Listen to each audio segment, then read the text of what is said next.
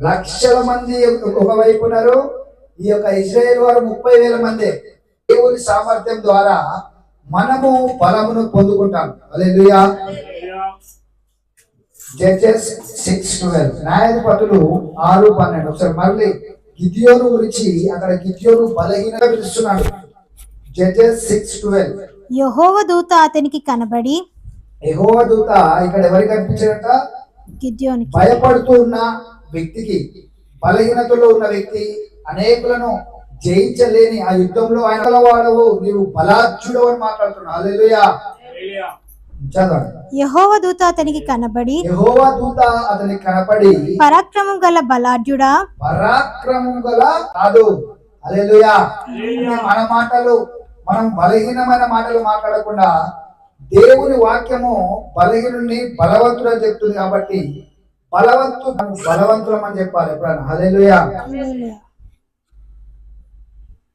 యెహోవా నీకు తోడై ఉన్నాడని అతనితో అనగా, గిద్యోను రప్పించెనని.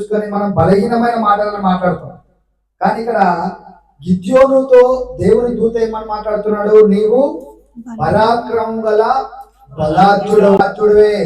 హల్లెలూయా. అంటే మన సామర్థ్యాన్ని మనం చూసుకుంటాం ఇప్పుడు, కానీ ఇక్కడ దేవుని దూత మాట్లాడే మాటలను మనం కూడా మాట్లాడాలి. అలాంటి మాటలను మనం ఈ రోజు నుంచి మాట్లాడాలి. కానీ దేవుడి దూత ఏమంటుంది? నీవు బలహీనుడు కాదు, నీవు పరాక్రమం గల బలాఢ్యుడు అంటున్నాడు. హల్లెలూయా. కాబట్టి మనం కూడా లేని వాటిని ఉన్నట్టుగా పిలిచే దేవుని ఎదుట మనం కూడా దేవుని వలె, ఆయన ఏ విధంగా అయితే మాట్లాడుతున్నాడు, కలుగురు కాక అన్నప్పుడు చంద్రుడు, భూమి, సూర్యుడు అన్న వచ్చేసింది. అదే విధంగా మనము కూడా మన బలహీనతల్లో, లేమిలో మనము సమృద్ధిగా పలకాలి. హల్లెలూయా. నాకు సమృద్ధి కలుగును గాక. హల్లెలూయా.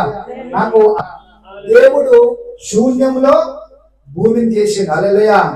శూన్యంలో చంద్రులను, నక్షత్రం అన్నిటినీ చేసిండు. ఆదికాండము 1:3. ఆదికాండంలో 1 మొదటి నుంచి మనం చదువుకున్నట్టయితే ఆదికాండము 1. కానీ ఏమి లేనప్పుడు దేవుడు ఏం పిలుస్తున్నాడు అక్కడ? సూర్యుడు, చంద్రుడు, వెలుగు. చదువుదాం 1 నుంచి 3 వరకు. 1వ అధ్యాయము 1 నుంచి 3. జలము పైన కమ్మి ఉండెను, దేవుని ఆత్మ జలములపై అల్లాడుచుండెను. దేవుడు వెలుగు కమ్మని. అంటే దేవుడు అక్కడ శూన్యంగా ఉంది కదా అని వదిలేలే. మన పరిస్థితులు ఇక మన బలహీనుడు బలవంతుడు అనాలంట. చేయనివాడు నేను చేస్తా అనాలి.